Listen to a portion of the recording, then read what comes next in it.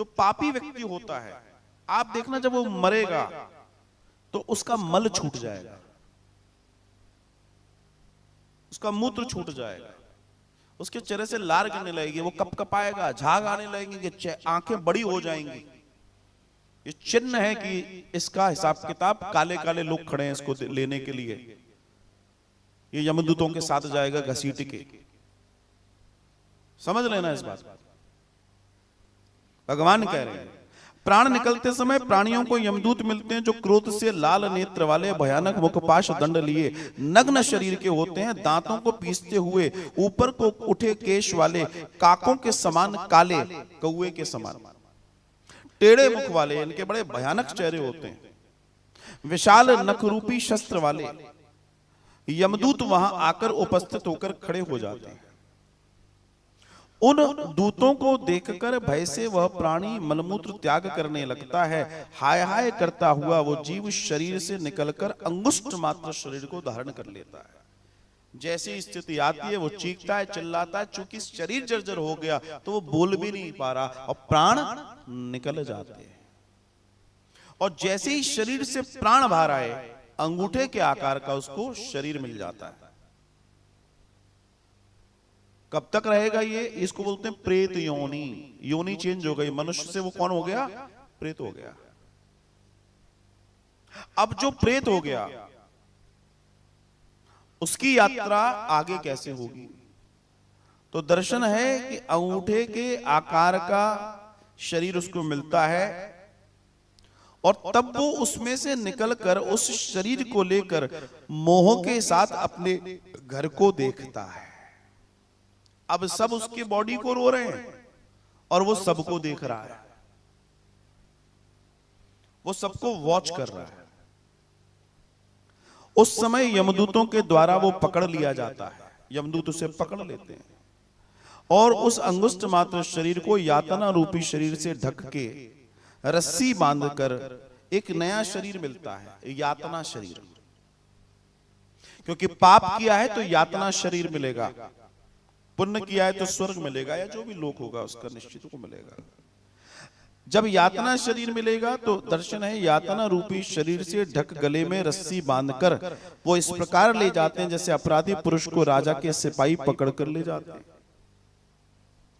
वे यमदूत इस प्रकार उस जीव को ले जाते हुए मार्ग में धमकी देते हैं तथा नरकों के भयानक दुखों का वर्णन बार बार बताते हैं। तेरे साथ ये होगा, अब तेरे साथ ये होगा, अब तू नहीं बचेगा, अब तेरे साथ ये होगा, अब तेरे को उबाला जाएगा, अब तेरे को गलाया जाएगा, अब तेरे को घसीटा जाएगा, अब तेरे अंग काटे जाएंगे, अब तेरी आंखों में शूल घुसेड़े जाएंगे और अब तेरा ये होगा। ऐसे उसको डराया जाता है।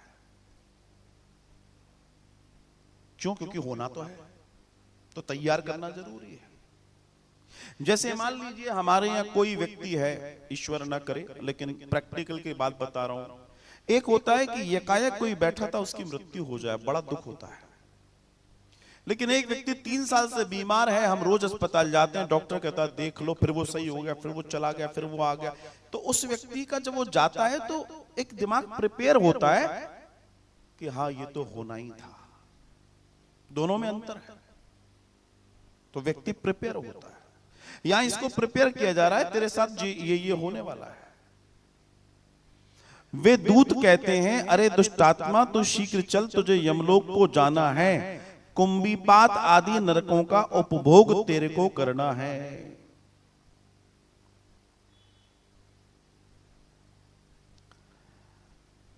अतः तू देर न कर, यमदूतों की ऐसी वाणी को सुनता हुआ तथा अपने बंधु वर्गों के विलाप को श्रवण करता हुआ, रो भी रहे ना घर वाले, श्रवण करता हुआ वो जीव हाय हाय करता है। यमदूत उसे प्रताड़ना करते हैं। उन यमदूतों के धमकाने से उसका हृदय विदीर्ण हो जाता है, भय से कांपता है और अपने पापों का स्मरण करता हुआ यम मार्ग में कुत्तों से कटवाया जाता है।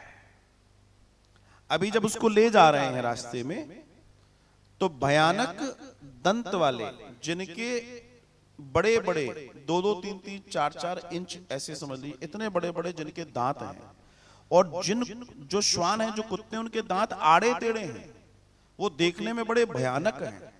उनके दांतों से जबरदस्त पानी गिर रहा है और वो बार बार इसकी ओर आ रहे हैं। तब यमदूत कहते हैं कि लो, तुम इसे खाना चाहते हो, टूटो इसके ऊपर। तब यमदूत रस्सी छोड़ देते हैं जिस रस्सी से उस आत्मा को बांधकर लाए हैं। वो कहते हैं कि हम रस्सी छोड़ देते हैं और वो कुत्ते उस के ऊपर टूटते हैं और उसके चीत चीत डालते हैं उसको। वो कराता है, वो चिल्लाता है, और जब लगता है कि यार ये मूर्छित होने वाला है, तब यमदूत कुत्तों को भगा के रस्सी हाथ में लेके आगे की यात्रा पर निकल चलते हैं। जब मार्ग में क्षुधा और प्यास से वो पीड़ित होता है, जब उसको भूख प्यास लगती है, तो आपने देखा होगा कि जब हमारे यहाँ कोई व्यक्ति जैसे ही गया तो चाय बनी तो तस्वीर के पास चाय, भोजन बना तो भोजन।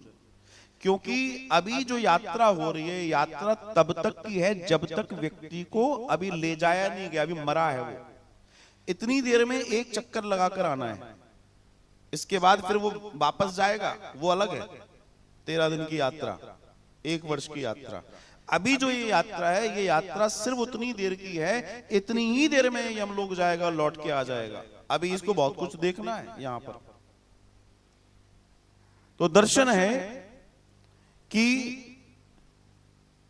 भूख और प्यास से पीड़ित होता है, सूर्य के तेज और पवन की प्रबलता से तप्त बालू में इसको चलाया जाता है।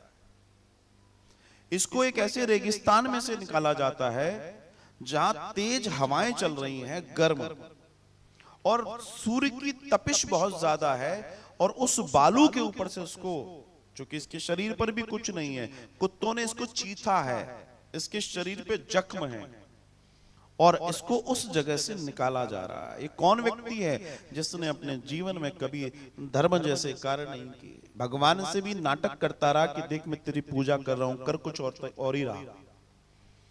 इसने धर्म को धर्म नहीं समझा, कभी अच्छे कार्यों में अपने आप को नहीं लगाया, और धीमे धीमे इसकी स्थिति ऐसी हो गई कि ये किसी लायक, किसी स्थिति का नहीं रहा। भगवान कहते हैं कि छाया और विश्राम रहित मार्ग में चलने से यह असमर्थ हो जाता है। अब छाया और विश्राम रहित मतलब ये वो लोग हैं जिन्होंने जिंदगी में कभी कोई वृक्ष नहीं लगाया। आगे दर्शन आएगा कि अगर तुमने अपने जीवन में बड़े बड़े वृक्ष लगाए हैं तो तुम्हें उस मार्ग में भले ही यातना मिलेगी, लेकिन वृक्ष भी मिलेंगे। तुमने अगर अन्न का दान किया है निरंतर, तो तुम्हें ये क्षुधा जो भूख लग रही है, इसके लिए तुम्हें भोजन मिलेगा, नहीं किया तो कहां से मिलेगा। तुमने प्याऊ लगवाए, लोगों की प्यास बुझाई, अगर तुमने किया है तो तुम्हें इस मार्ग में पानी मिलेगा, वरना नहीं मिलेगा। दर्शन है। तब उस जीव को कोड़ों से मारकर यमदूत घसीटते हैं। ऐसे कठिन मार्ग में चलने से थककर वो गिरता है, मूर्छा हो जाती है, बेहोश हो जाता है तथा फिर उठता है। इस प्रकार वह जीवन अंधकारमय यमलोक में पहुंच जाता है। वह जीव 3 अथवा 2 मुहूर्त में यमलोक में पहुंचा दिया जाता है। 2 या 3 मुहूर्त में पहुंच जाता है वो।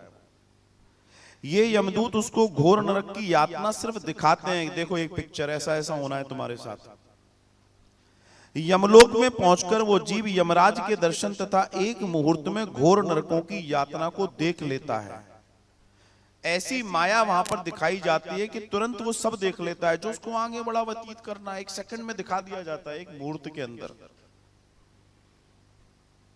यमराज की आज्ञा से फिर मनुष्य लोक में वापस आता है। वहां आने पर वह जीव पुनः अपने पूर्व शरीर में प्रवेश करने की इच्छा करता है। मरा पड़ा है ना, सोचता है मैं इसमें घुस जाऊं, वापस जिंदा हो जाऊं, कोशिश करता है, परंतु यमदूत उसे पाश में बांधे रहते हैं।